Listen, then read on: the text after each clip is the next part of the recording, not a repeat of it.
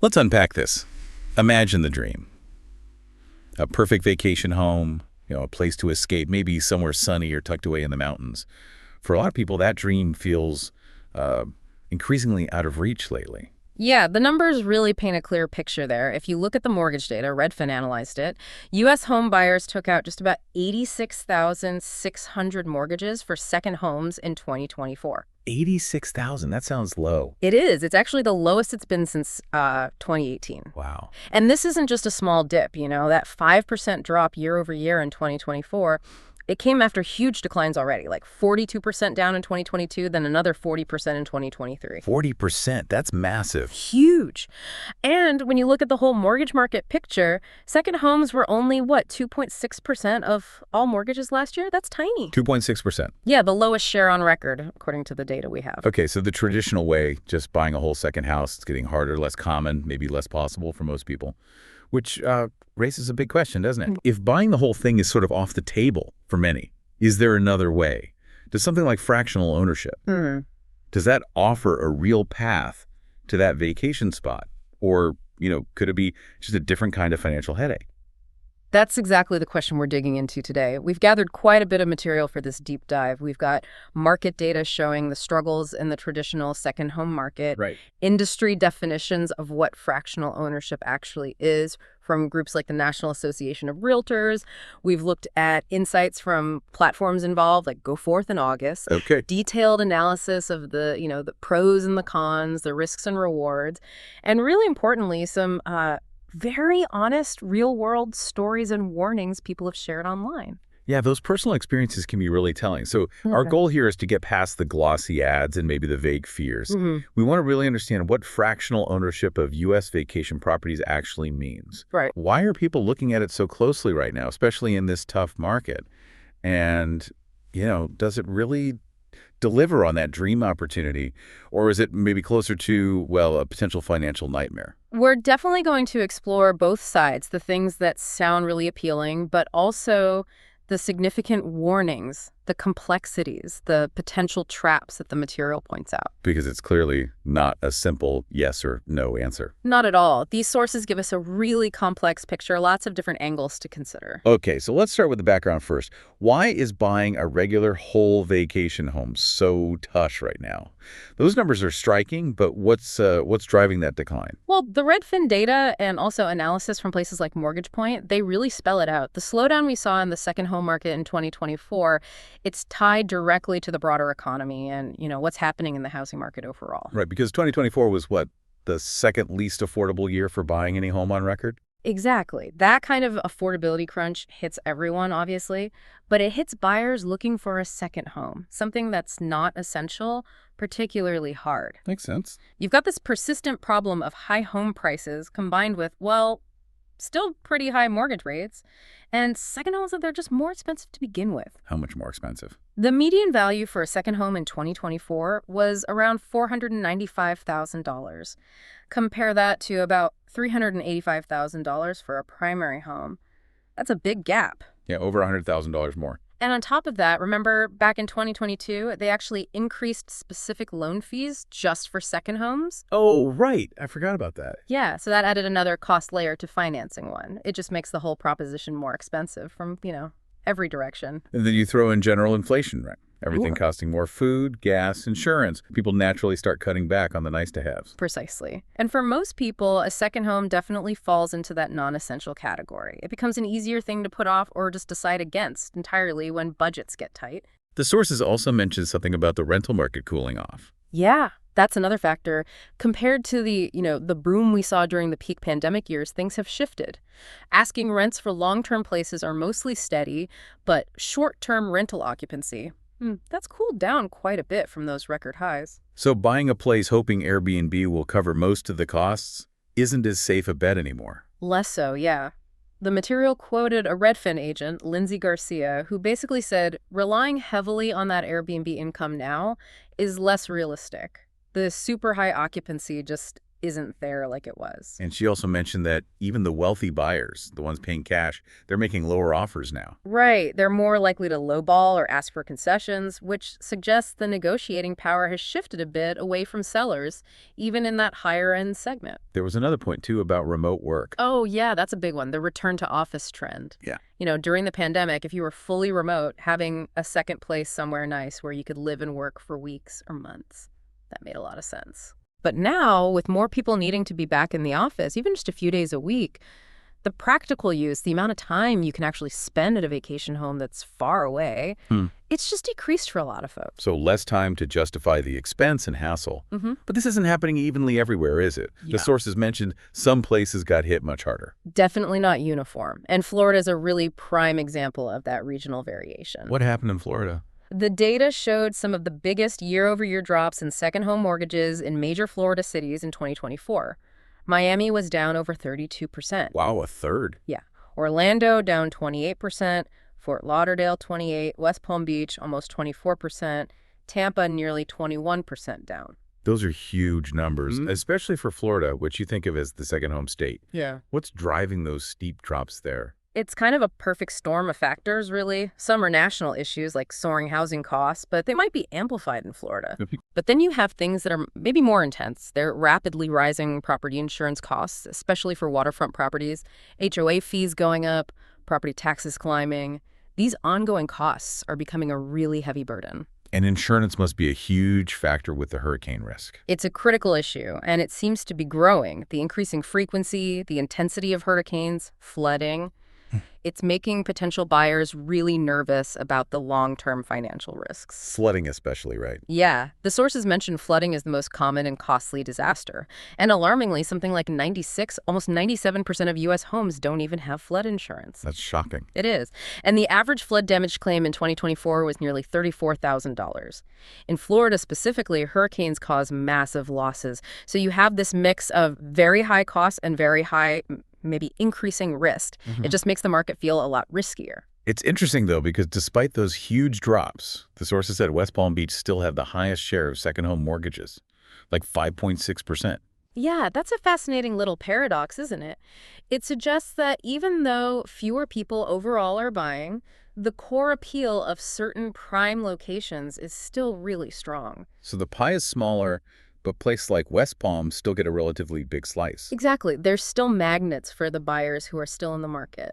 The sources did mention a few areas where second home mortgages actually increased, like Detroit, San Francisco, San Jose. Interesting. But they quickly put that in context. It represents a tiny, tiny fraction of the overall market in those places, less than 1% or maybe 1.7%. So it's not like a broad recovery, just some small, specific pockets. Okay, so given this whole challenging picture, who is still buying second homes last year, even with fewer numbers? Well, the Redfin data gives us a profile. It's overwhelmingly high-income earners. Almost 9 out of 10 mortgages went to buyers with a median income around $280,000. $280,000. Okay, so not your average buyer. Definitely not. Middle and low-income buyers were a very small sliver. And generationally? Gen X had the biggest share, but even they bought fewer year over year. Interestingly, baby boomers were the only generation that actually bought more second homes compared to the year before. Just a slight increase for buyers 65 and older. Huh. Good raise. About 80% of buyers were white, significantly higher proportion than other groups, all of whom also saw declines in second home buying compared to the previous year. Okay, so let's sum up the traditional market. It's expensive to buy, expensive to finance because of rates and fees. The rental income potential maybe isn't what it used to be. People have less time to use them because of work changes. And the ongoing costs, especially insurance, are rising, particularly in those popular but risky areas. That pretty much captures the headwinds, yeah. It paints a really clear picture of why buying a whole second home just feels impossible or maybe not worth it for a lot of people right now, which naturally leads people to look for alternatives. And that brings us right back to fractional ownership. Exactly. And the way fractional ownership is often pitched, it sounds incredibly appealing, especially when you stack it up against all those difficulties we just talked about. It suggests a different, maybe easier path. Okay, let's dive into that pitch then. What exactly is fractional ownership, and why does it sound so good on paper? Well, basically, fractional ownership is a way for multiple people to own something valuable together. Sources like NAR, Go Forth, August, they describe it as a model where several individuals own a share or a portion of an asset, like a vacation home. And it's really important to be clear, this isn't the same as a timeshare, right? That seems to be a common confusion. Critical distinction, and the sources really stress this. With a timeshare, you're usually buying the right to use a property for a set time each year, often in a resort complex. You're buying time, basically, not usually a piece of the actual building. Right. With fractional ownership, the key difference is you're buying equity. You get a deeded percentage of the actual tangible property, the house, the condo, whatever it is. So you own a piece of the real estate, and with that comes, what? Usage rights. Yes, you get an equity stake, you get usage rights, usually a certain number of days or weeks per year, depending on how big your share is and what the contract says. And you also share proportionally in any income, like if it's rented out. And importantly, you share the expenses too. Right, the cost. Precisely. And that structure leads directly to its biggest selling point. Affordability, a lower barrier to enter. Okay. This comes up everywhere. TT, NAR, Go Forth, August, I'll mention it. By splitting the cost with other people, could be just one other partner, could be a dozen or more. You can get access to properties or locations you just couldn't afford on your own. So instead of needing, say, $500,000 or $1 million for that beachfront villa, you could maybe buy a 1/8 share or a 1/10 share for a lot less upfront. That's the idea. One source, TTB, talking about fractional investments more broadly, even mentioned entry points like £1,000 for some things, though obviously vacation home share is going to be much more. But the principle holds. It breaks down the big cost. Makes sense. And Go Forth in August specifically talk about getting access to really high-end luxury properties in prime spots, owning a piece of a villa in the south of France or a chalet in the Alps, places that might normally just be a fantasy. And the dream sort of continues with the promise that it's hassle-free, maybe even makes you money. Yeah, that's another huge part of the appeal. These deals almost always come with professional management companies. Okay, what do? They handle everything day to day, all the maintenance, repairs, cleaning between stays, the admin work, managing rentals if the owners choose to rent out unused time. The idea, emphasized in the sources, is that this takes all the usual headaches of being a landlord or managing a property from afar off your shoulders. So you just show up and enjoy it. That's the pitch. Unlock the door, relax, no worrying about fixing things or finding renters. One source, Vox, even suggested it could be truly passive income if the rental side works out well. And some companies, like August, offer shares not just in one place, but in a whole collection. Right, that's another angle. Instead of being tied to one house, your share might give you access and ownership across a portfolio of properties in different cool destinations. Like diversification for your vacations. Kind of, yeah. You get variety ski one year, Tuscany the next, maybe the Cotswolds after that, all within your ownership structure without committing to just one spot. August really highlights this collection model. And again, unlike a timeshare, the idea is you own a real asset, something that could go up in value and you could pass on. That's definitely part of the narrative. You own a piece of actual real estate. It's tangible. It could potentially appreciate, giving you a return beyond just the use of it. That's a key difference from timeshares. Okay. August and Go Forth frame it as an asset, part of a legacy. Yeah. And because there's management in place, maybe passing it down wouldn't saddle your heirs with the full burden of managing a whole property themselves. NAR also mentioned a potential tax benefit, something about a 1031 exchange. Yeah, they suggested it might work, depending on the legal setup. A 1031 exchange lets you defer taxes when you sell one investment property and buy another similar one. Apparently, fractional ownership could qualify, whereas something like a REIT usually doesn't. But they added a big consult your tax advisor warning. Absolutely. Always essential. But the possibility is presented as another potential plus. Okay, so let's recap the dream pitch. Lower upfront cost gets you into luxury spots. Professional management makes it hassle-free. Maybe you get a collection of places for variety. You own a real asset that could appreciate. And maybe, just maybe, some tax perks. That's the attractive picture, yes. It sounds really compelling, especially if you're one of those people priced out of the traditional second-home market we were just discussing. It absolutely sounds like a neat way around those high hurdles and the ongoing burdens of full ownership. It seems to directly address those pain points. There's always a but, isn't there? There usually is, and the sources we looked at make it very clear that this appealing picture comes with some pretty significant risks, hidden costs, and downsides you really need to understand. The dream pitch isn't the full story. Okay, let's flip the coin then. Where does this dream start to look more like a potential nightmare. Those Reddit comments definitely gave a sense of the downsides. They really did bring some cold reality to it. And the potential problems often start right after you buy in, with the ongoing costs. Okay, the fees. What kind of fees are we talking about? Well, these cover everything needed to run and maintain the property, split among the owners. You've got strata fees, which are like HOA fees, regular maintenance, upkeep, property taxes, and of course the fees for the management company itself. Right. But the big worry, highlighted really strongly by one Reddit user who seemed to specialize in this, is that these annual fees can skyrocket. And crucially, they warned there's often no limit on increases written into the contract. No limit, so they could just keep going up indefinitely. Potentially, yes. And you're stuck paying them whether you actually use your weeks that year or not. That sounds like a major risk right there. Yeah. You're not just buying property, you're signing up for potentially runaway operating costs. It's a huge commitment. And then on top of the regular fees, there's the issue of special assessments. Special assessments. What are those? These are extra, often large charges for major capital projects. Think big repairs, essential upgrades, or maybe scheduled large-scale renovations. The Reddit user looking at Trumblant mentioned an example, an assessment of around $20,000 needed every 10-15 years just for refurbishment because the place got used so heavily. $20,000 just like that. Ouch.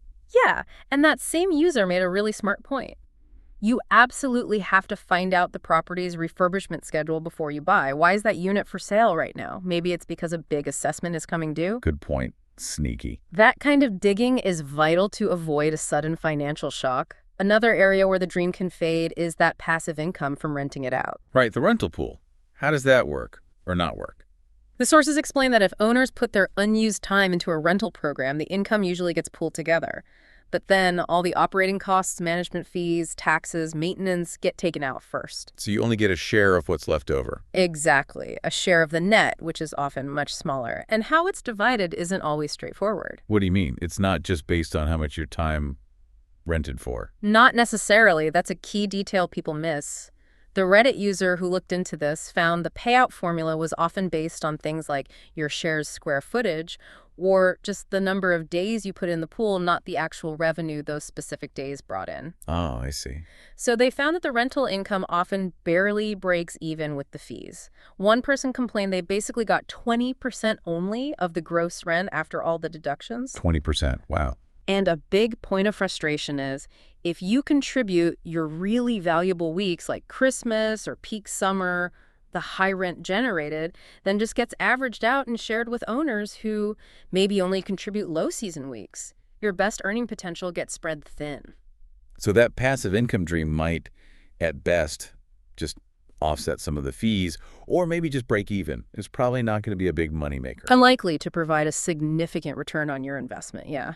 Especially when you think about the opportunity cost, what that money could be doing elsewhere. Like that Reddit user calculated, investing the capital might just pay for renting nice places anyway. Exactly. That comparison really puts the true financial cost in perspective, and sometimes even smaller fees add up.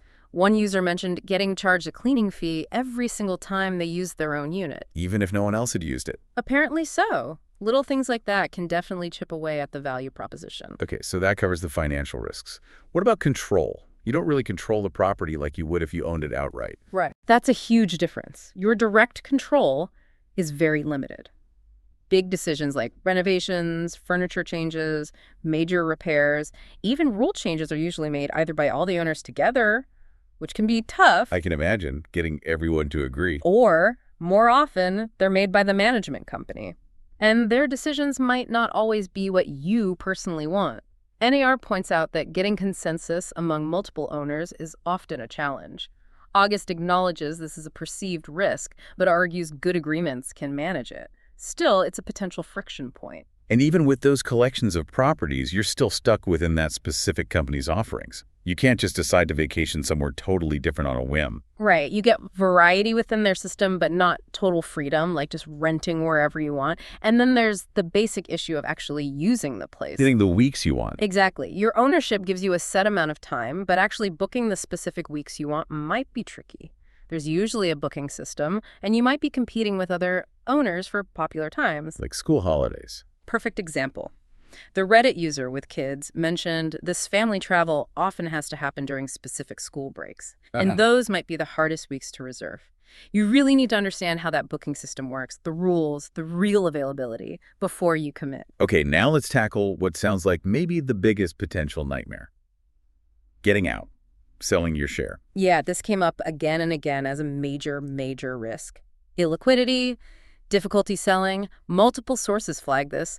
Fractional shares can apparently be very slow to sell. How slow? One user said they'd seen shares sit in the market for several months. There might not be an established, easy-to-use secondary market for them, or if there is one, it might be really weak, with few buyers. And those Reddit warnings were brutal, like close to impossible to sell and get your money back. Yeah, and you pay to get in, you pay to get out. Those phrases really capture the potential trap. If you can't sell it easily. Then it's not really a liquid asset, is it? You're potentially stuck with those ongoing costs indefinitely until you find a buyer, maybe only by offering a huge discount. And that ties into the concern about limited appreciation. If it's not gaining much value and it's hard to sell, it starts to look less like an investment. And like any real estate, its value can still go down if the overall market tanks. Right. Absolutely. Your fractional share is still subject to those broader market forces, just like a whole property. Okay, what about the legal side and the management itself? More complexity there. Definitely. These aren't simple ownership structures. They involve specific legal agreements, operating rules, regulations. It can be complex, very different from just buying a house. Wow. August and Goforth strongly advise getting clear agreements reviewed by a lawyer who specializes in this stuff. Which makes sense. And your whole experience really hinges on how good that management company is. Their reputation, how well they maintain the place, how transparent they are with money, how they handle disputes between owners.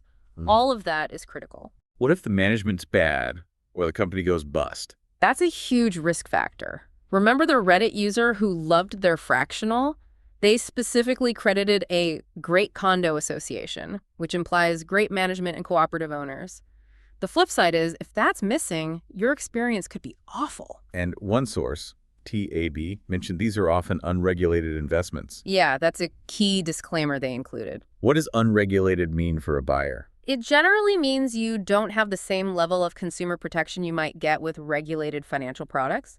Things like compensation schemes if the company fails, or formal ombudsman services to resolve disputes.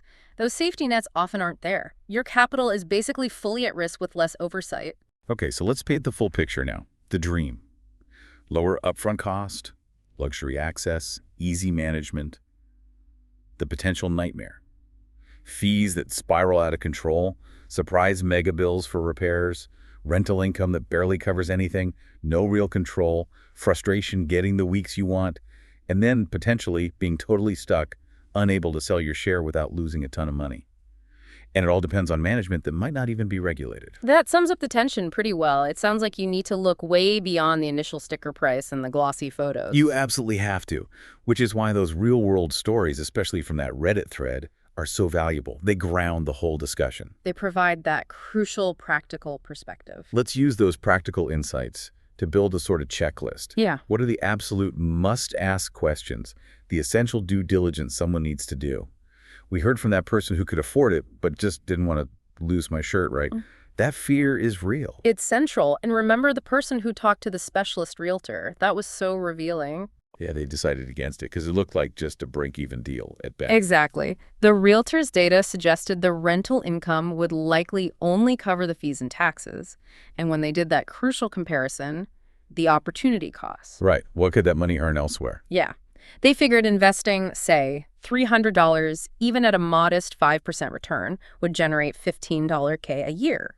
That's a solid budget for just renting amazing places each year without any of the ownership headaches or risks. That's such a powerful way to frame it. It forces you to think about it not just as buying a vacation spot, but as an investment decision. Is this the best use of that capital compared to, say, stocks or just renting? It shifts it from an emotional purchase to a rational financial calculation. And we also heard from the person who did have a good experience switching from full ownership to fractional. But their success was tied directly to having a great condo association. Explicitly, which underscores how vital good management and good co-owner relationships are. It's not a minor detail. It could be the whole ballgame. And then you have the really blunt warnings. No, don't do it. Bad decision. calling it prepaying $300 worth of holidays with potentially high carrying costs. These are real anxieties. So putting all this together, from the real experiences and the other sources, what's the essential checklist? Number 1, repeated advice. Talk to independent professionals. Get a lawyer who knows fractional ownership inside out. And talk to a realtor who actually buys and sells these specific types of shares, not just any realtor. And what should you push them for, especially the realtor? Hard data. Ask for the history. Past rental pool income statements for that specific property or scheme. Ask how much the annual fees have actually increased year over year for the last 5 or 10 years. Ask about the history of special assessments. When were they? How much were they? And what's scheduled next? You need real numbers, not just rosy projections. And getting total clarity on all the costs, not just the purchase price. Absolutely vital. Get the full breakdown of buying costs? Sure. But then dig relentlessly into the ongoing stuff. Strata HOA fees, maintenance, taxes, management fees. How often have they gone up? Are there any caps on increases? And nail down the special assessment situation. Is there a reserve fund? What's the refurbishment schedule? What did past big jobs cost the owners? Understanding that rental pool math seems critical too. It is. Get the exact formula for how net income is split. Is it based on your unit's performance or just averaged out? Ask to see actual past statements showing payouts to owners, not just gross figures. And probably best to assume the passive income will be minimal or zero and budget like that's the case. And knowing when and how you can actually use this place you supposedly own a piece of. Yes. Understand the usage rules, the booking system completely. How flexible is it really? How much competition is there for holidays? What if you can't get the dates you need? Can you trade weeks? How does that work? Is it realistic for your family's schedule? And checking out the management company seems non-negotiable. You have to. What's their track record, specifically with fractionals? How long have they managed this place? How do they communicate? How are disputes handled? Dig into their reputation. And the advice to actually stay there first as a regular guest. Makes total sense. Experience it yourself, see the condition, interact with the staff, feel the location. This is supposed to be enjoyable, right? Okay. And finally, the big one, the exit strategy. Cannot gloss over this. Get a clear, documented understanding of how you sell. Is there a resale program run by the company? Is there a real functioning secondary market? What are the selling costs, commissions, fees? How long does it typically take to sell a share in this specific property or program? Ask for examples of past sales, successful or not, and basically assume selling will be hard, slow, and maybe expensive. Plan for that possibility. And always do that comparison. Total cost of fractional versus just renting a similar place for the weeks you'd use it, or investing the money elsewhere and using the returns for travel.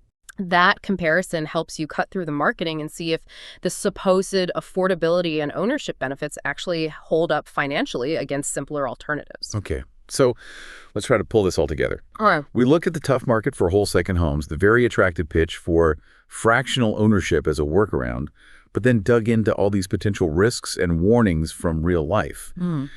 Based on everything we've covered from these sources, is fractional ownership of a U.S. vacation property a dream? Or does it really risk becoming a financial nightmare? Well, based on this material, it's definitely not a simple yes or no. It really does have elements of that dream, especially up front.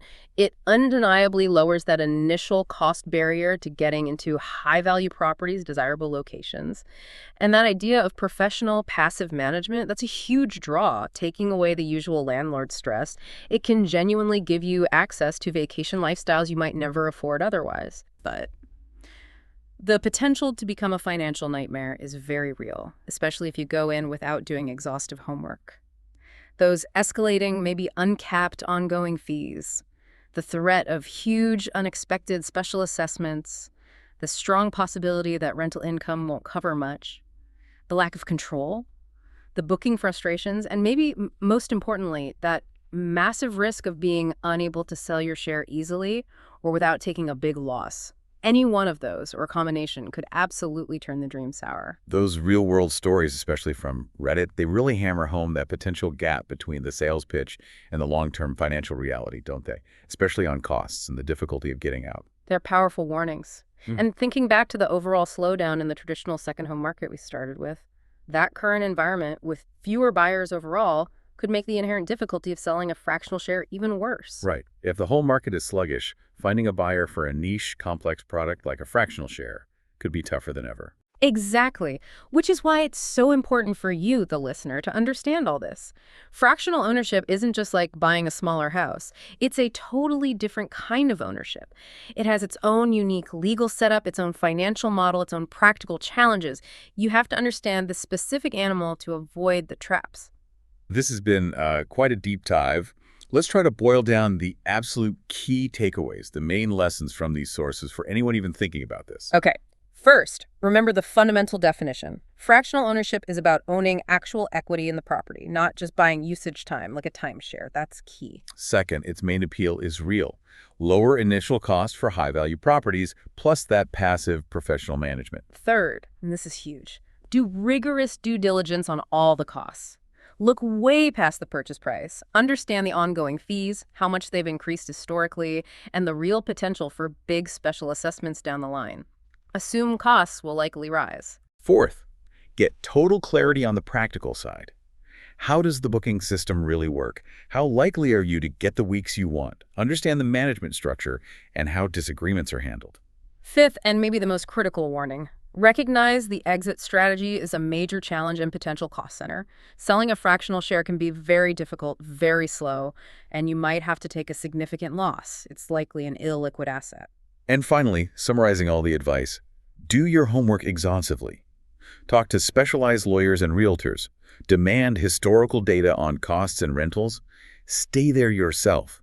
And honestly compare the total value proposition against just renting or investing your capital elsewhere. Those are definitely the crucial guardrails that emerge from the sources we looked at. Okay, so given everything we've discussed, the affordability crisis hitting traditional second homes, the allure, but also the serious complexities of fractional ownership, the significant financial risks around ongoing costs, and especially the difficulty of selling. Here's a final thought to leave you with. When people consider buying a piece of a vacation property like this, is the motivation truly about making a sound financial investment that's likely to appreciate? Or is it, perhaps more fundamentally, about buying access to a certain lifestyle, a certain kind of experience, at a price point that just feels more achievable right now? And if it's primarily about buying that access, the question becomes, are you genuinely prepared for the potential reality that the ongoing costs of maintaining that access could climb significantly, perhaps indefinitely? And are you prepared for the possibility that you might be locked into paying those costs for much, much longer than you ever planned, simply because getting out, selling that piece, could prove incredibly difficult or financially painful? That really forces you to confront the potential long-term financial commitment head on, doesn't it? Beyond just the initial appeal of the lifestyle access.